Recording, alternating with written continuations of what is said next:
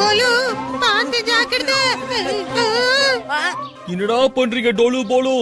சீக்கிரமா வாங்கோ, உடற்பயிற்சி நேரமே முடிய போது, நேரத்தை வீணடிக்கிறீங்களடா. எங்களுக்கு தான் உடற்பயிற்சி கொடுக்குறீங்க.